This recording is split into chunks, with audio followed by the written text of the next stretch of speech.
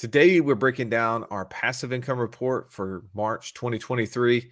And there's lots of nuggets in here, Stallion. But one of the biggest things that I've learned is that if you document the process, whatever you're doing, you can actually get paid to do it. I mean, you want to talk about passive income. That is where it's at, my friend.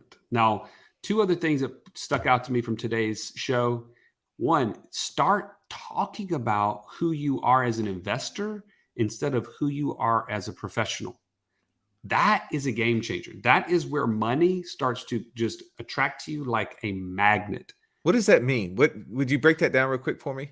Okay, so let's say you're an accountant. Let's say that you're an engineer. Let's say that you're a doctor, a lawyer, whatever it may be. I'm all of those things? No, any of those things. You're a professional, okay. Right? And when someone comes up to you at the ballpark or at a cocktail hour, whatever it may be, at the country club, and they say, "What do you do for a living?" You say, "I'm an accountant." That pretty much ends the conversation, right? Unless they need an accountant's services, that's it. But you say, "I'm actually a real estate investor, and I focus in on apartment complexes. That's been my niche." How often do you think that person may be more interested to find out how they could be a part of deals with somebody like that versus an accountant? So focus in on your expertise as an investor, not so much your profession. Well, the last point that you'll get out of this is there is a secret to investing in syndications, and we give it in this episode. So you definitely want to make sure you make it. Joey, I love doing our passive income report. Let's take no more time away from it. Let's jump right in to the March passive income report for 2023.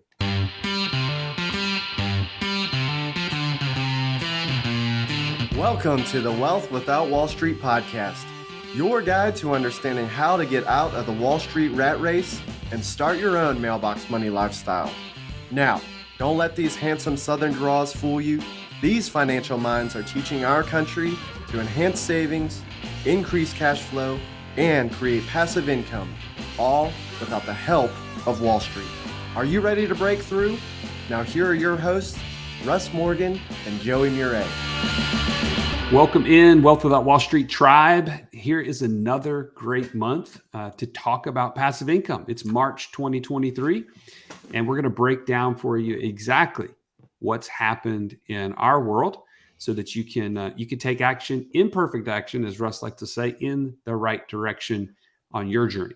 Man, here's the thing. Sometimes people ask me, Russ, why do you guys share your personal passive income report? Like, are you guys holding something back? Like, why is it that you would be willing to be so transparent with what you're doing? And it comes really simple. One of our mentors said, what you track grows, but what you track and report on grows exponentially. We first started sharing this report in June. Was it June of 2020 or July of 2020? I've forgotten now. I believe it was June, but we went the first month, we reported on a little under $2,500 a month in passive income. And since then, we've continued to grow it to over $50,000 a month. Why? Because we were focused on it and we had accountability. So if you're ever looking for a way to grow your own passive income report or your own passive income, start reporting on it. Start sharing it with someone. You don't have to go on the internet like us two monkeys, but you can make sure, like, you can find a group of friends. You can join a mastermind. You can get an accountability group. But we share this every single month to hold ourselves accountable, but more importantly, to grow it exponentially. Right. All right. So what do you think was a highlight for you in the month of March, Russ? Well, looking at the board here, I'm going to say our information business did pretty good. That's a highlight. It continues to grow, and that's largely because you tune in every single month and you take action in the places in which we're providing resources to help you grow. So I think this is a good lesson, basically, for you. As you're learning on this journey, like Russ and I have told you, we don't pretend to be the experts in everything. But what we have done is we have documented the things that we're learning, and people have sought out that information. So whenever you are on this journey, you're taking it seriously, you can do the same thing. You can create a podcast and get sponsorships as we have listed here on this report. In the month of March, we had a $30,000 sponsorship for our podcast. That's amazing, right? But that's not something that you can't do. In fact, we just recently interviewed a guy in the multifamily space who has done the same thing. And he is constantly talking about, oh, I added another sponsor. I follow him on Facebook, and he's talking about it all the time.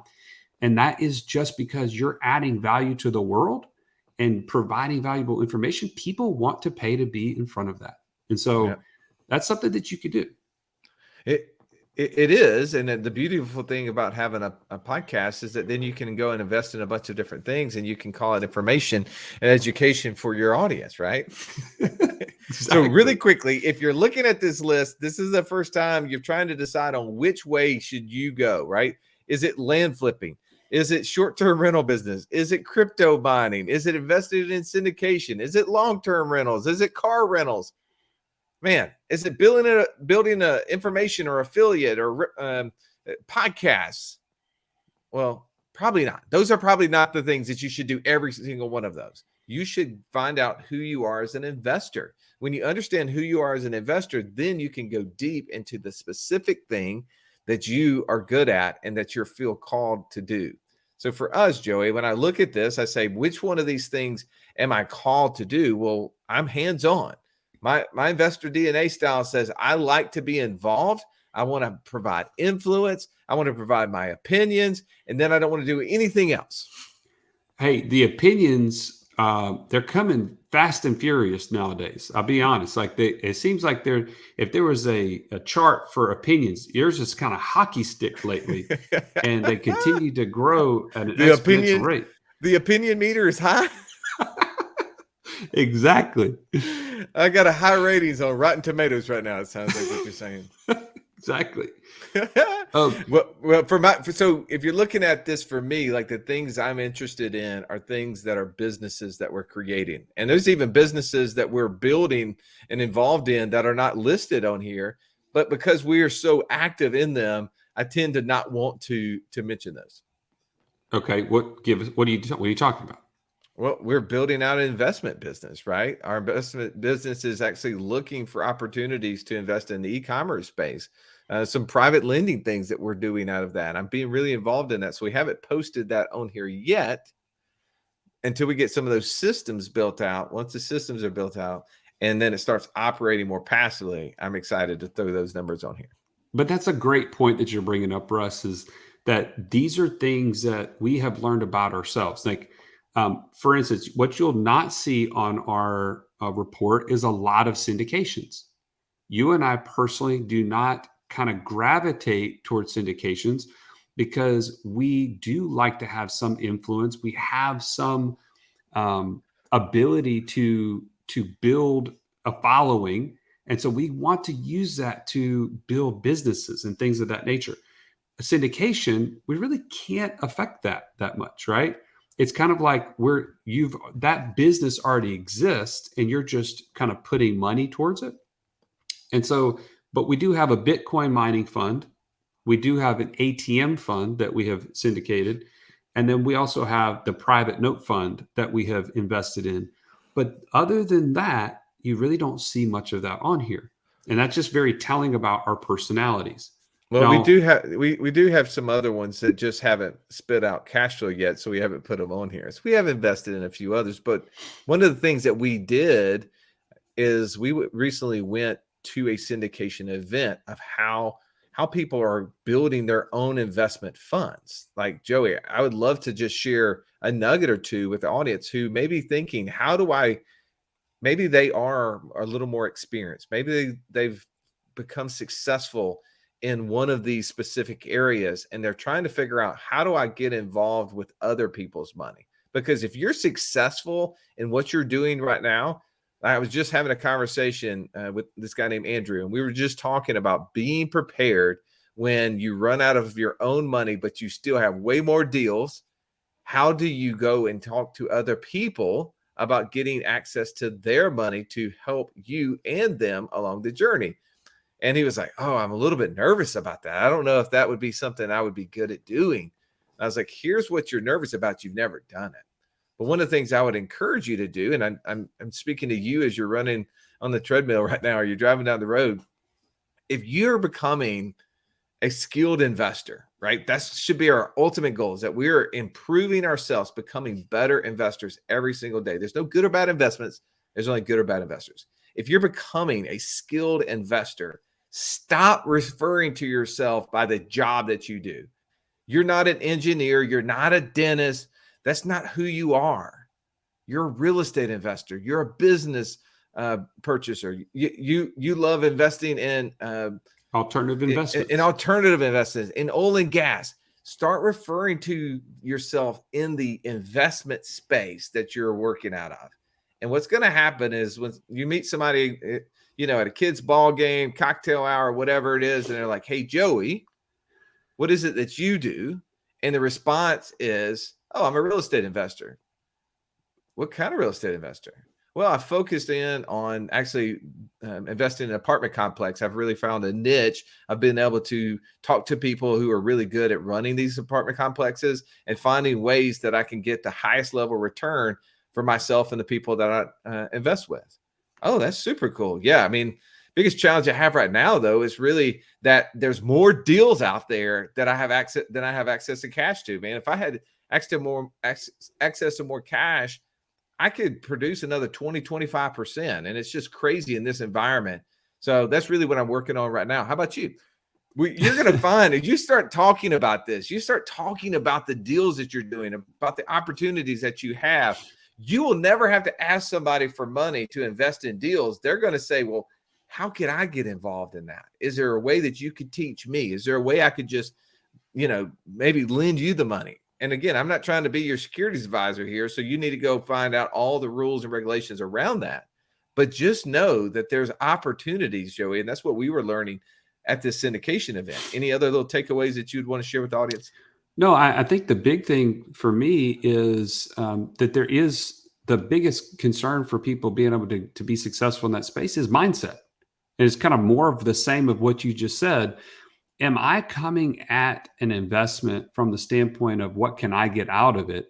Or am I bringing to the table opportunities that people with capital would never have the access to without me? Like, you are the gateway to become the place where people can put money to work.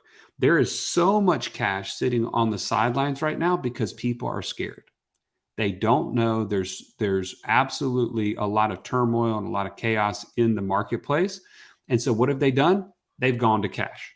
They're sitting on capital, and everybody knows that money is depleting in their hands. It's like sand. They can't hold on to because of inflation. So they want to get their money to work, but they just don't know who to trust. They don't know what kind of deals are out there. And if you've taken the time to be a better investor, which is what we do in our masterminds. And I'm going to do a shameless plug here. If you haven't taken the challenge to invest in yourself and to join one of our masterminds to be around other investors so that you can gain this, what we're talking about, go to wealthwithoutwallstreet.com/free call. Talk to one of our coaches about what it would look like for you to be a part of one of these masterminds so that you can become this better investor. But people need better investors in the marketplace so that they can put their money to work. And if you put that mindset on, the sky's the limit. There is no limit to what you can accomplish because, again, the opportunities are out there. You put dollars with opportunities, everybody wins. There was nothing worse than walking into class when you're in school and the teacher saying, "Pop quiz day." Why? Because you were unprepared. Are you unprepared, though, for financial freedom? Don't be. Find out how close you are by taking our 30-second quiz at wealthwithoutwallstreet.com/quiz. Well, we're heading out to Las Vegas next week to become a better investor. We're going to, I think, our 12th, maybe it's our 13th land flipping boot camp. We want to learn more about that land flipping world. We want to build relationships with other people that are doing that, because we know one of the things that people in the land flipping community, once they become successful, they start running out of cash. They need access to cash. They need people to help them buy more deals, be able to create more cash flow. I was just looking back at our report, Joey. A year ago, we were $4,000 less in monthly cash flow from our land flipping business than we are this month. I'm like, how cool is that? Like, is it That's going to so be cool. in a year from now? Is it 4,000 more? Is it 8,000 more? Like, where is the opportunity for us to grow our land flipping business? And then where's the opportunity as for to be adding a line item to private lending to land flippers? Because Yes. once we understand the investment inside and out, we understand the challenges of the people that are in there, and we want to help them. Like, there's an opportunity for us to not only be doing the land flipping business, but also lending inside the land flipping business. I think that's super exciting. And right now, I mean, the market is desperate. The world is desperate for real assets. You see people wanting to go toward hard assets, and real estate is the oldest hard asset you can think of, right? And so there's people out there that are gobbling up these little pieces of property because they're like, if everything goes bad, I got a place I can go to, right? And that land is going to hold its value, is going to be worth something, and they know that. And I think there's opportunity for us to continue to find more property, to be able to owner finance that out to people who want to be able to do the same thing, and then us to lend in that world as well. Absolutely. So if you're just listening to us, you're not watching this live on YouTube, you can know that our gross amount of income from land sales this month, or note income, if you will, was $26,726. We had some cash sales and some terms, so the combined, and the net of that is $18,100. So excuse me, yeah, $18,700. And so that is really, really exciting to see that number continuing to rise every single month as we reinvest more and more into that space. Now, catch us up on Wake Up in Birmingham, Russ, the short-term rental business. Well, the short-term rental business has been rough in Birmingham, mostly because we've been in a lot of the 1 and 2 bedroom units. So one of the things I would tell people right now, if you're looking to get into the short-term rental business, make sure that you're trying to differentiate yourself or growing your portfolio in the 3, 4, 5 bedroom space and above. The hotel market is getting really competitive. They're going after us. I feel like for the last several months, we've been in a competition, and we've seen low occupancy in our 1 and 2 bedroom units. And it's costing us because we got a little, we didn't get a little, we got a lot overweighted early on. So a year ago, we were showing like an $18,000 profit for the month of March, where this month, like, we're barely at break even if you count in all the things. And I know that, we could have made another $8,000 if we were managing this ourselves. And some of you are managing properties yourself. You haven't outsourced that, but that was something that Joey and I did. So because of that, right, after all net, we're basically at even on that. But I think it's really more to do with the amount of 1 and 2 bedroom units, and that's just not letting up. So we got to ride the wave there. We signed leases until the end of this or middle of this summer. And until then, I don't know if we will see a big pickup unless we get that baseball season coming. We get, that traveling volleyball and soccer season happening. That's really where we see pickup on our market. That's right. So just catch you up, the Bitcoin mining fund, that has been lagging significantly based on the cost of Bitcoin dropping so significantly lower end of last year. It is just now starting to rebound, and we're starting to get above the break-even point in terms of that operation. So be on the lookout for, April, May, June reports. I'm expecting to see a much higher number there. But for this month, we did not see a distribution from that Bitcoin mining fund. Our ATM fund, on the other hand, has just been solid, right? 2,184 every single month. It's a 7-year play. And it to me, it's just easy, steady cash flow, and it's something that continues to have demand. And despite the idea that cash is going away, ATMs are still continuing to produce a very consistent return for us. I got a couple of points on those two topics there. One, let's go back to the Bitcoin mining fund. We get questions all the time. Hey, should I be considering investing in some sort of crypto fund. There's lots of those out there. I see it, we're coming out of the crypto winter, if you will, it seems like, and it's starting to pick up speed. Should I be getting on that train? And the answer is, if this is your first entree into investing, heck no, do not do that.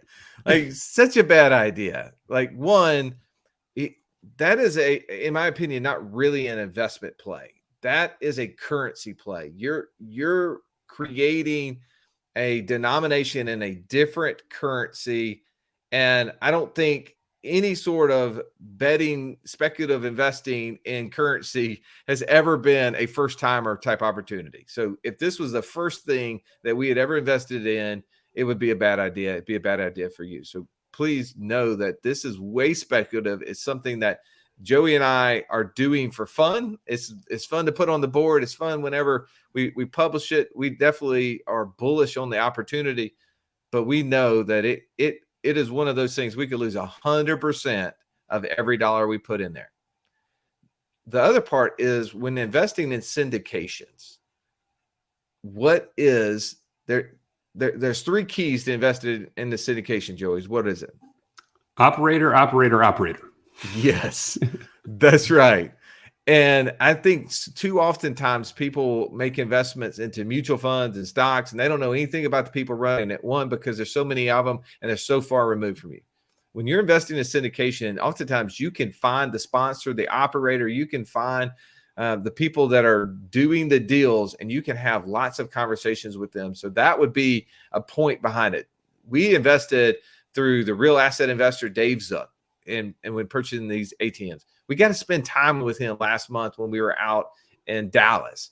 And that guy just continues to impress me. We don't get $1 from him. So this is not part of our podcast sponsorship.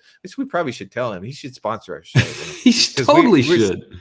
We're such fans of him. Like, we got an opportunity to put more money on the board for there. But man, Dave is such an amazing guy. And one of the things I love about him, we were talking to him, and there was an investment out there that was really exciting. There was a lot of people that had been jumping on it. It was crushing it. And Dave told us, kind of in a sidebar conversation, that he wasn't raising money for it. And I was like super curious, because like I personally was going to invest in it, and I wanted to know, like, what was it that prevented you from raising money to it? Because I just wanted to do the deal with him as compared to someone else. And he said, I just couldn't validate the numbers. I just couldn't get to the financials. While he said, I'd actually invested my own money in it, I just could never see the financials to the deal. And because of that, I just have too much of a responsibility to my investors to know without a shadow of doubt what things look like. And it doesn't mean that deals won't go bad if you're invested with him or with another good operator, but it's just another sign of you want to be in deals with good people and people who are always looking out for your interest as well as theirs. And that was just one of those, man, I couldn't resist, Joey, to give a plug for him, because what an amazing dude that guy is. Totally agree. Now, I could tell you that Cousin Eddie, the RV, is doing great, but I'd be lying to you. He's just putting along. This past month, he had an actual repair that needed to be done, a fiberglass repair, and I'm waiting on that bill to come back, and it was apparently covered under insurance. So there's some accounting going on there that we need to catch up in April. But it was as a negative, as a goose egg on in March. So what's the over and under? My little Silverado truck's going to outpace Eddie this summer. Not a chance. On the rental market. Not a chance. The RV will crush it. This summer, if you said in the spring or in the fall, like in the winter, I'd say, okay, you got me. Though summer, no. If you're hearing this, please just comment in our app if you think Cousin Eddie's going to pull ahead. And what are we talking about here, Russ? Let's put it on the thing here. We talking May, June, July? We talking June, July, August? Like, give us parameters so we can keep score here. I don't care. Let's go May through August. All right. So for May, June, July, August. We're 4-month run here. Yeah. For the next 4 months, because my little truck's got to go to the shop. I bought this truck off stupid Carvana, and they wrecked it before they even brought it to me.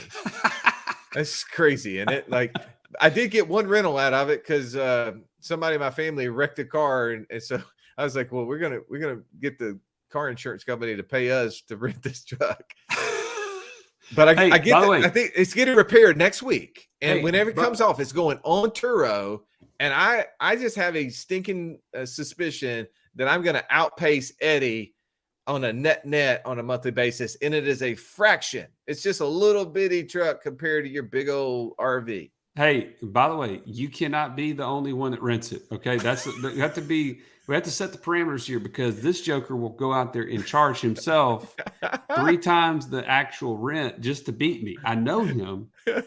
And it just, Well, that means that means I'm not renting your stinking RV this summer, man. Good. I think I represent like 40% of all renters. That is not true. Now, but hey, let's shift gears really quickly here, because I know we're almost out of time. I want to focus on one thing that we haven't spent a lot of time on, and that was what we kind of started off talking about, is the information business that we've created is a direct correlation to our journey being documented.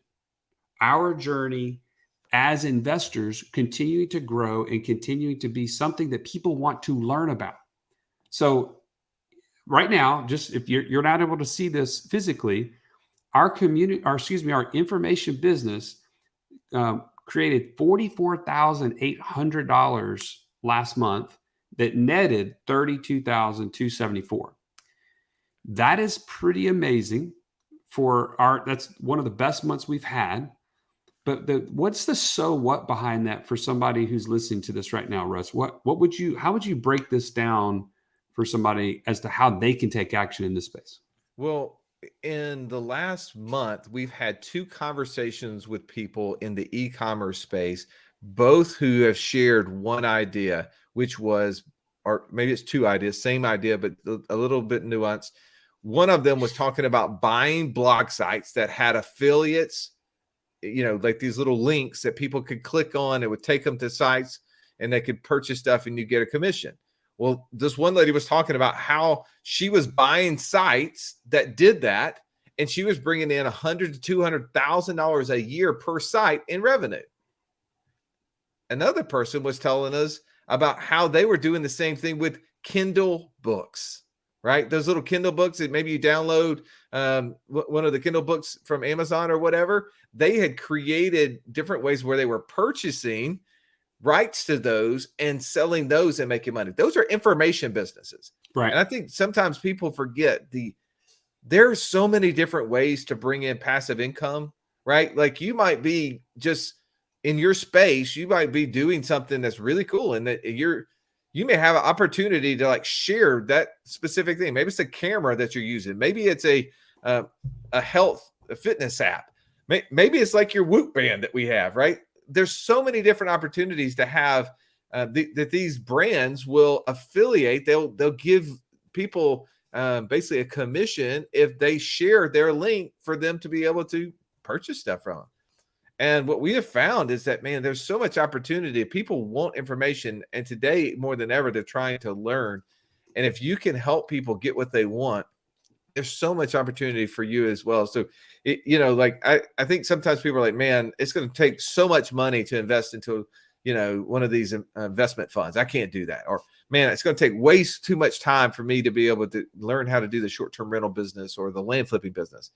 But, man, there may be a way within your skill set for you to be able to get into one of these information type products and be able to start producing cash flow. I just got off a call today, Joey, with this guy. He and his business partner create a course in a very niche, a very niche area, and they're netting like $5,000 to $6,000 a month on this little course. And they built it, and someone else sells it to the end buyer, and they get their commission off of it. I was like, dude, that's so cool, man. If you've listened to our show for any length of time, you've heard us talk about infinite banking and how we were able to use that concept to create over $50,000 a month in passive income.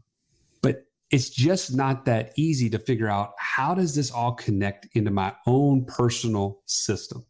Stallion, that's why we created the passive income operating system, bro. It shows you how to turn active income into passive income. It makes all the steps come together. If you would like to get access to it as a podcast listener, we've never given this away in public before. Go to whatwhatwallstreet.com/PIOS. Well, let me throw one little twist on this whole conversation about information businesses. How many times have you wanted to engage in a mastermind or to do like some big course that seems like it's out of reach financially for you? Okay. I don't know what it was. Maybe it's learning creative finance. Maybe it's learning the short-term rental business. Maybe it is buying businesses or whatever it may be. And you see the price tag of that membership. I mean, heck, our passive income mastermind is about to be $50,000. You look at that and you're like, man, that's a pretty significant investment. Well, what if I told you that you could actually get that course or that membership for free? That would be pretty impressive, right? Well, the way in which you do that is you, from the very beginning, when you purchase that membership or you purchase that course, you go ahead and commit to documenting your process through it. Here's what will happen when you do that.